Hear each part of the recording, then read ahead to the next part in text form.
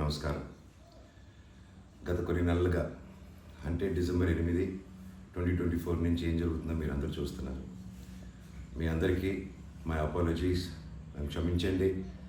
ఎందుకంటే ఈ ఒక సమస్య నేను ఎవరి కోసం అయితే పోరాడుతున్నానో మా స్టూడెంట్స్ కోసం అండ్ మా కాలేజీలో ఆపోజిట్లో ఉన్న పని చేసుకుంటూ ఉన్న ప్రజల కోసం అండ్ వ్యాపారాలు చేసుకుంటున్న ప్రతి ఒక్కరి కోసం.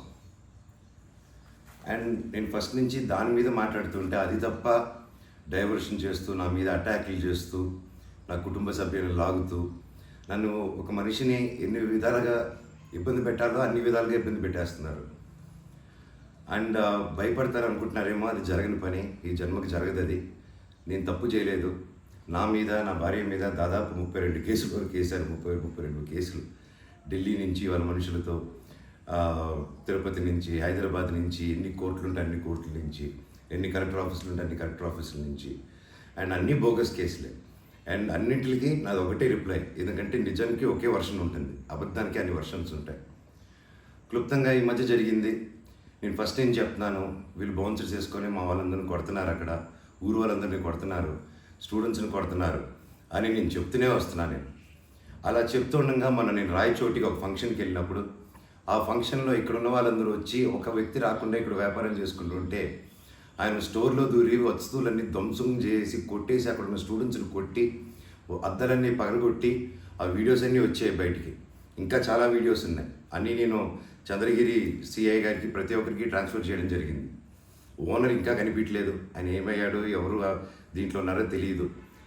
కాకపోతే వచ్చి కంప్లైంట్ అది చూసిన వాళ్ళు వచ్చి కంప్లైంట్ ఇస్తున్నా కంప్లైంట్ తీసుకోలేని పరిస్థితి.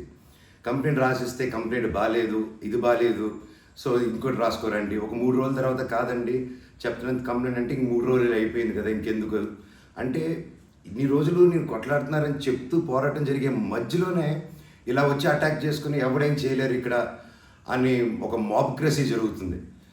అండ్ నిన్న రాత్రి కూడా నాకు ఇంటెలిజెన్స్ నుంచి మా హాస్టల్లో ఉన్న సురేష్ అన్నకి ఆ వాయిస్ రికార్డింగ్ కూడా మీకు పంపిస్తాను. ఫోన్ చేసి నేను ఆనరబుల్ సీఎం గారి దగ్గర బందోబస్తులో ఉన్నాను, మనోజ్ గారు అక్కడికి వచ్చారా, ఎందుకు వచ్చారు, మీ హాస్టల్ దగ్గరికి వచ్చారా, ఎఫ్ఐ దగ్గర రెస్టారెంట్ దగ్గరికి వచ్చారా, ఏదైనా ప్రోగ్రామ్ చేశారా. నేను ఆ సార్కి చెప్పాను, సార్ ఇఫ్ ఎనీథింగ్ నన్ను అడగండి. నేను ఆ సార్తో ముందు కూడా మాట్లాడాను, మీరు వాళ్ళని ఇబ్బంది పెట్టకండి, ఎనీథింగ్ ఎనీ టైం నాకు ఫోన్ చేయండి అన్నాను. పైగా నిన్న మధ్యాహ్నం 3-4 అలా జరిగింది ఆ ఫోన్ రావడం, నేను ఆ సార్తో మాట్లాడడం. మళ్ళీ నిన్న రాత్రి నేను ఇక్కడ తెలిసిన వాళ్ళ రిసార్ట్లో ఉంటే, ఇప్పుడు దాదాపు ఒక 15-20 ఇళ్ళు ఉంటాయి ఇక్కడ. వాటి మధ్యలో అన్నీ దాటుకుంటూ సైరన్ వేసుకుంటూ 10:30కి వచ్చి నేను, నా నెక్స్ట్ ఫిలిం డైరెక్టరు, నా సిబ్బంది అందరూ కూర్చొని మేము అప్పుడే డిన్నర్ కూర్చొని తిందామని కూర్చున్నప్పుడు సరే అని వచ్చారు. సరే ఏంటని అందరూ కంగారు పడి వెళ్ళారు. ఏంటి సార్ అంటే, మీరంతా ఇక్కడ ఏం చేస్తున్నారు, నేను సీఎం గారి దగ్గర నుంచి వస్తున్నాను, ఆనరబుల్ సీఎం గారి దగ్గర నుంచి వస్తున్నాను, నీ పేరేంటి, ఏ ఊరు, అసలు ఇక్కడ ఎందుకు ఉంటున్నారు మీరు అని రాత్రి 10:30కి ఒక ఎస్ఐ గారు, కానిస్టేబుల్ గారు. అండ్ నేను వెంటనే దిగాను కిందకి. సార్ ఏంటి సార్ సీఎం గారు దగ్గర నుంచి వచ్చారని చెప్తున్నారు, what did we do mistake sir, ఒకసారి నాకు చెప్పండి ఎవరు అప్రోచ్ అయ్యారో, నేను వచ్చి కలుస్తాను సార్ అని చెప్పాను. లేదు సీఎం గారు లేదు, నేను ఆయన బందోబస్తు ఫినిష్ చేసుకుని వచ్చాను అని చెప్పి ఆయన మాట మార్చారు. ఓకే సార్ అంటే మేము దాదాపు ఒక 10-15 మంది ఉన్నామండి ఇక్కడ రిసార్ట్లో, ఒక 3 ఇళ్ళు తీసుకుని ఉన్నాము. అండ్ అందరూ చూస్తున్నారు, అన్ని రికార్డింగ్స్ అన్నీ చేస్తున్నాము మేము జరిగిందంతా. లేదు సార్ ఇలా అన్అఫీషియల్గా కాదు సార్, స్టేషన్కి వెళ్దాము, అక్కడైతే రికార్డింగ్ ఉంటుంది, డైరెక్ట్ డీజీపీ గారి ఆఫీస్కి ఉంటుంది, let's do that recording there sir అని చెప్పి మీ కారు వద్దండి స్టేషన్కి వెళ్ళి నాకు ఒకటే చెప్పండి, ఆనరబుల్ సీఎం గారి పేరు ఎందుకు తీశారు మీరు, అండ్ మా వాళ్ళని ఎందుకు ఇంటిమిడేట్ చేస్తున్నారు, అక్కడ షాప్ ఇరిగిపోయి అదంతా చేసి నేను కంప్లైంట్ చేస్తుంటే వాళ్ళని ఏం చేయట్లేదు, అది అడిగిన వాడిని మాత్రం ఇలా వచ్చి టార్చర్ చేస్తున్నారు. భయానికంటే ప్రేమ గొప్పదండి, అది నేను నమ్ముతాను. అండ్ నేను మళ్ళీ చెప్తాను, జరిగింది ఇది. అండ్ నేను అక్కడికి వెళ్ళిన తర్వాత పోలీస్ స్టేషన్కి నేను నా కారులో ఎక్కి స్టేషన్కి వెళ్ళాను. వెనకెళ్ళి ఎస్ఐ గారు వస్తున్నారు. స్టేషన్ లోపల ఆగి వెళ్ళిన తర్వాత ఎస్ఐ గారు 500 మీటర్ల దూరంలో ఆగారు. ఆగిన తర్వాత మా వాళ్ళు వెళ్ళి సార్ వెయిట్ చేస్తున్నారు, 2 ఎందుకు వస్తానని కారు తీసి ఆయన వెళ్ళిపోయాడు, ఆయన కానిస్టేబుల్ గారు. నేను లోపలికి వెళ్ళి హెడ్ గారు ఉన్నారు, ఇంకో కానిస్టేబుల్ గారు ఉన్నారు. అయ్యా కెమెరా ముందు మాట్లాడదామని చెప్పి, అయ్యా ఇలా వచ్చి నన్ను డిస్టర్బ్ చేశారు, ఎందుకు చేశారంటే ఎస్ఐకి ఫోన్ చేసి నేను తీయట్లేదు సార్ అంటే స్పీకర్ పెట్టండి అన్నాను, అన్నీ రికార్డ్ చేశారు.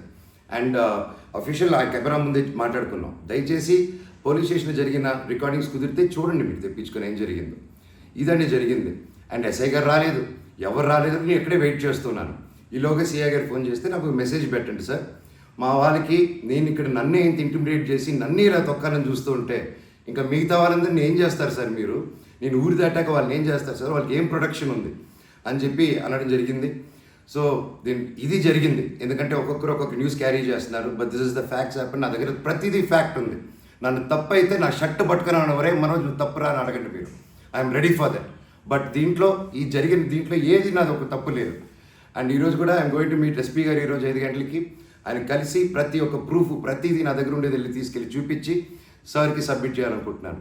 థ్యాంక్ యూ సో మచ్ అండి. జై హింద్.